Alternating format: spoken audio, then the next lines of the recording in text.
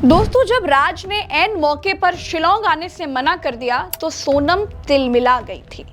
उसके और राज के बीच बहस भी हुई, लेकिन तब राज ने सोनम को समझाया कि अगर मैं यहाँ से निकला तो 50 सवाल होंगे। तुम परेशान मत हो, मैं यहीं रहकर सब कुछ मैनेज कर लूंगा। नमस्कार दोस्तों, सोनम, राजा और राज, इन तीन किरदारों के बीच की एक कहानी अब धीरे धीरे सुलझ रही है, तो बहुत सारी बातें भी साफ हो रही हैं।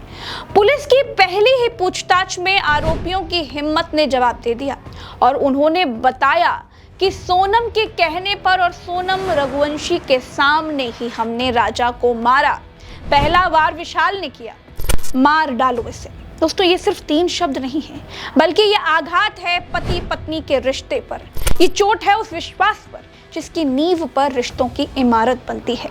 सोनम ने अपने पति को मरवा दिया और बहुत सारे सवालों को खड़ा कर दिया है।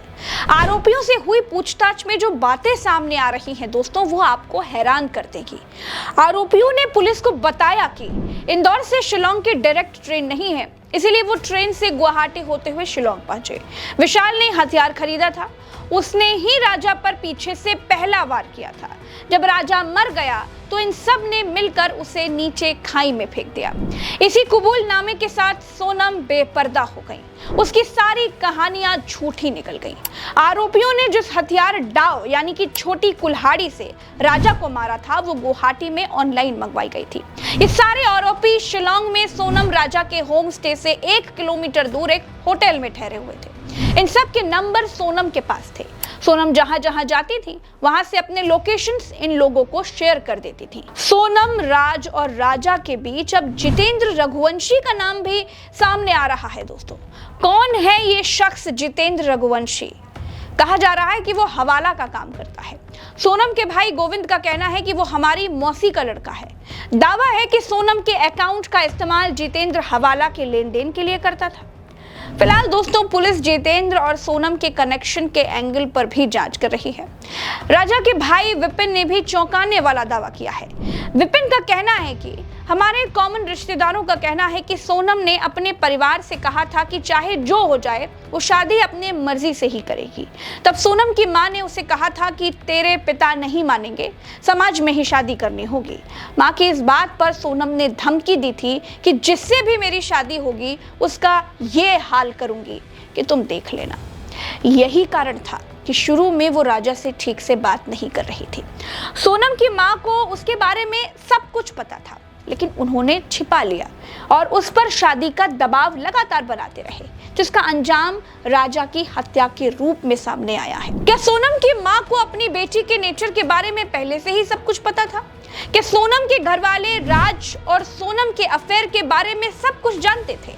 राजा के परिवार वालों का कहना है कि सोनम के पिता ने तंत्र साधना भी की है और इसी बीच सोनम और राजा की शादी करवाने वाले पंडित अजय दुबे ने सबको हैरान कर दिया है। अजय दुबे ने कहा कि जब राजा का शव मिला उसके बाद शांति पाठ के दौरान उन्होंने परिवार से कहा था कि राजा की हत्या में किसी महिला का हाथ है और सोनम पूरी तरह से सुरक्षित है, उसे कुछ नहीं हुआ।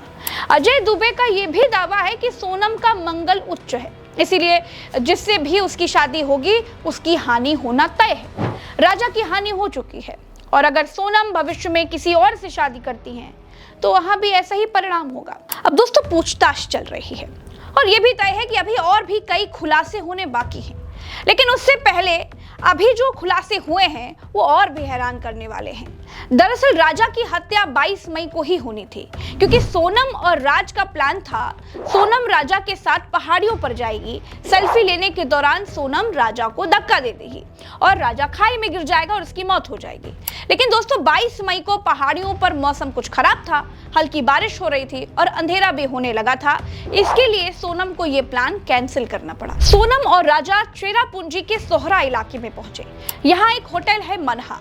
दोनों ने यहाँ पर एक रूम बुक करने की कोशिश की, लेकिन कोई भी कमरा खाली नहीं था, लिहाजा दोनों को रूम नहीं मिला। दोनों ने अपना लगेज रखने की परमिशन मांगी तो होटल स्टाफ ने मदद करते हुए सामान रख लिया, लेकिन हैरानी की बात यह है कि दोनों अपना लगेज लेने के लिए वापस ही नहीं आए। इस होटल के स्टाफ ने बताया कि कपल में जो महिला थी उनका मूड बहुत खराब लग रहा था।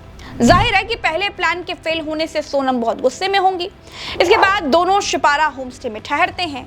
आमतौर पर जब कोई कपल हनीमून पर जाता है तो वो सुबह जल्दी जल्दी तो नहीं उठता, लेकिन सोनम और राजा ने 23 मई को सुबह करीब 5:30 बजे होम स्टे से चेकआउट कर लिया।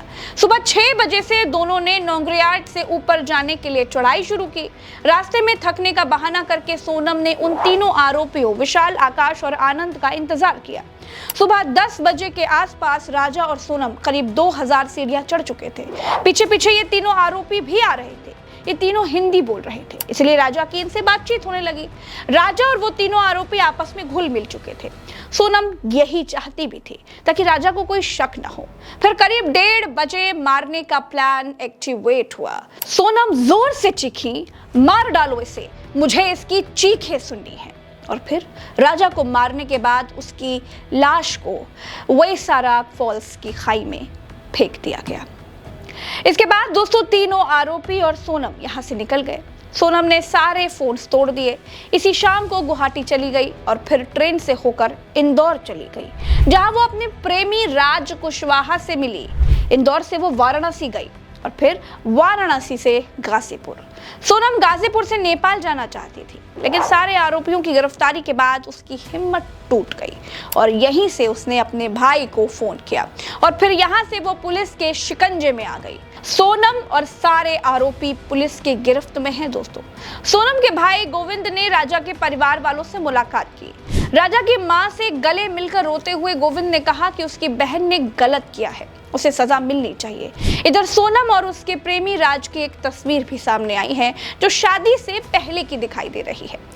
दोस्तों इस पूरी कहानी में अभी बहुत कुछ छिपा हुआ है, बहुत कुछ साफ नहीं हुआ है। जैसे जैसे पुलिस की जांच सामने आएगी बहुत कुछ खुल जाएगा। राजा के घर वालों का सोनम के माँ बाप पर आरोप है कि उन्हें सब कुछ पता था। अब ये कितना सच है ये तो बाद में ही पता चलेगा, क्योंकि अभी भी दोस्तों बहुत सारे सवालों के जवाब मिलने बाकी हैं। अभी बहुत कुछ पता चलना बाकी है। आज के इस वीडियो में फिलहाल मेरे साथ इतना ही। चलते हैं, अपना ख्याल रखिएगा। नमस्कार, राम राम, तो अस्सलाम, जय हिंद।